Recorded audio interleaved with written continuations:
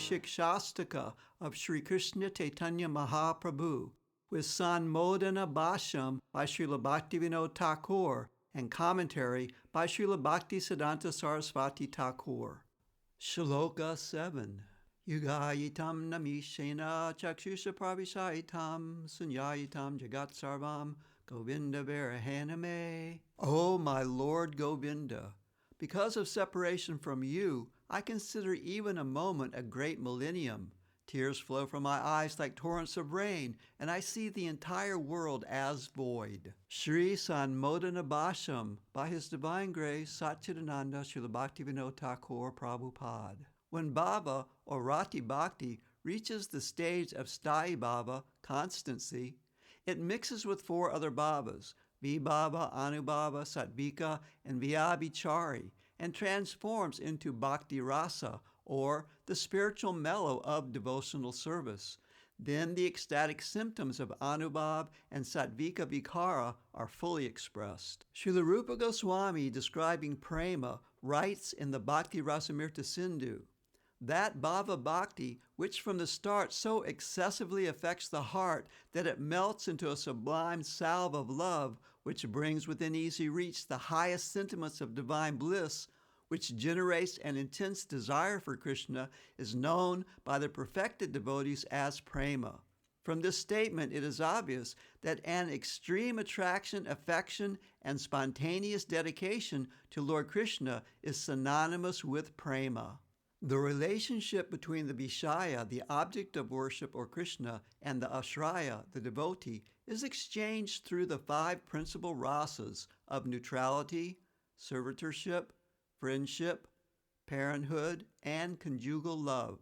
Sometimes the main rasas in the relationship subside, allowing the seven secondary rasas of laughter, wonderment, pity, bravado, anger, fear, and horror to be relished. The excellences of prema. Among the principal rasas, conjugal or madhurya rasa is the most exalted.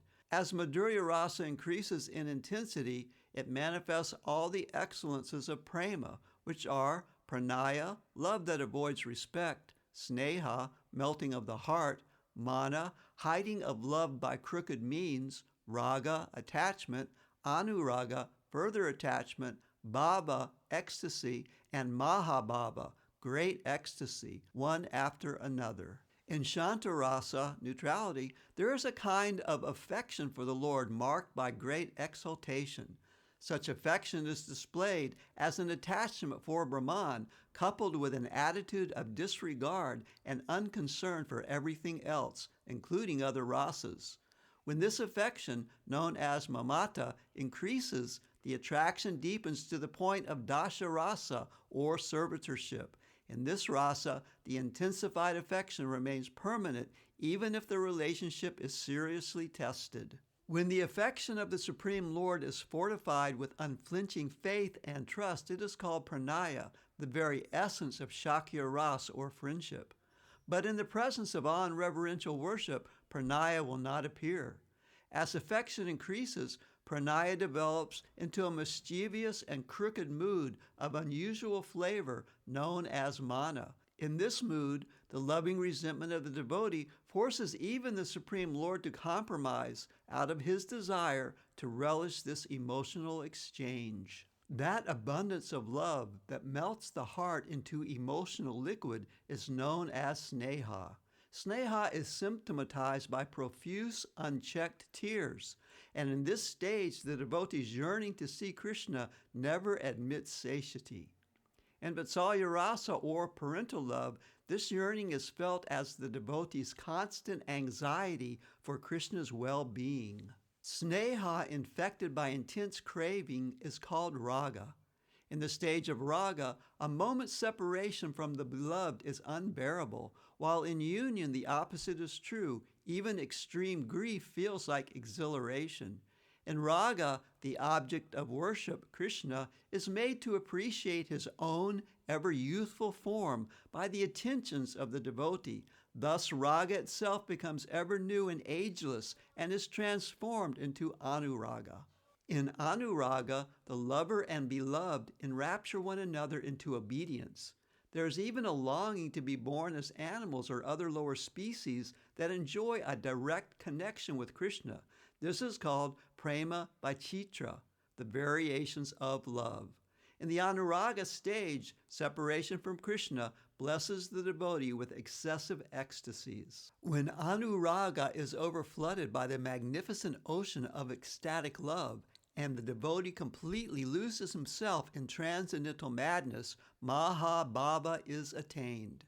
In this stage, even the dropping of an eyelid that blocks the devotee's view of the Lord for less than a second is intolerable. In the ecstasy of separation, a mere moment is stretched to timeless eternity. In Mahabhava, in both union and separation, all the symptoms of Sattvika and Sanchari Bhavas manifest to the fullest degree. Lord Chaitanya pours an ocean of meaning from the picture of this sloka.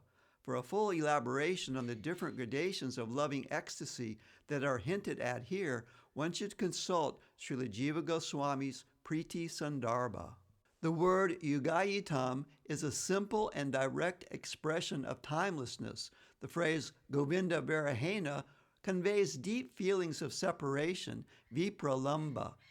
Fully Krishna-conscious Rasika devotees have subdivided vipralamba into purva raga, preliminary attraction, mana, seeming anger, and pravasha, separation by distance. In this shloka, Chaitanya Mahaprabhu reveals that the sadhaka dwelling within this world need only relish the purvaraga stage of vipralamba ecstasy. The scriptures declare that the mood of separation engenders 10 conditions in the sadhaka's person.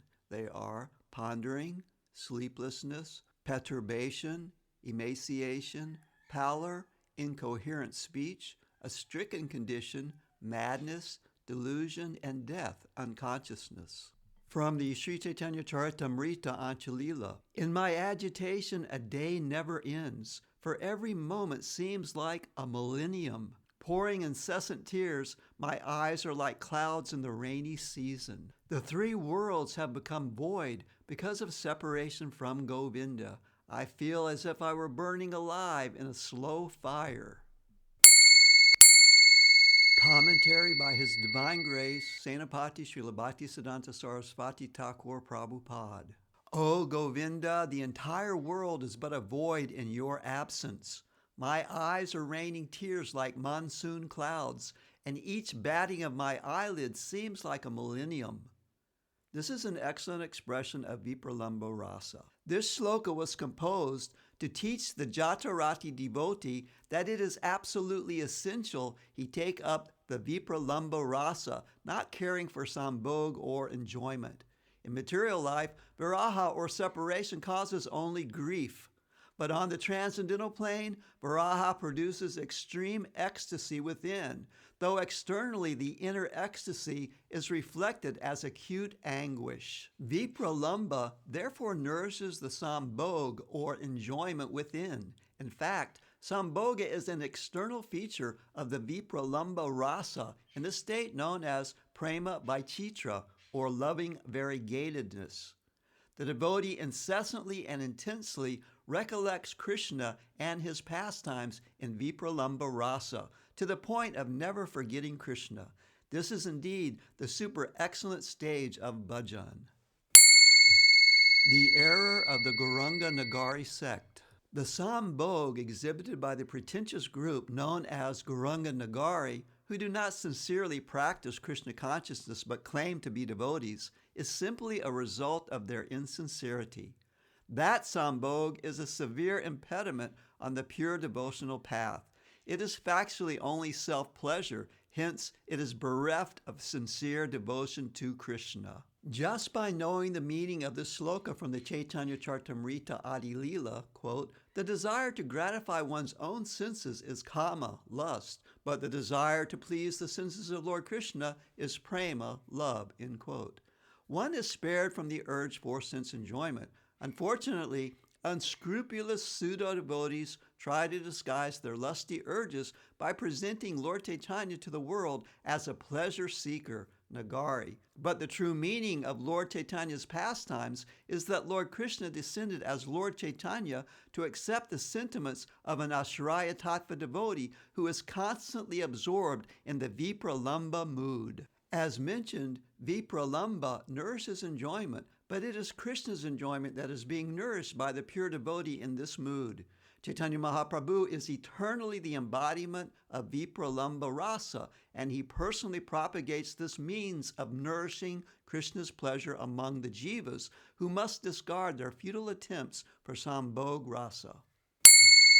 Scriptural statements relevant to this shloka. Sri Krishna Karnamrita Shloka 41. O supreme shelter of the destitute, O Lord Hari, you are an ocean of mercy.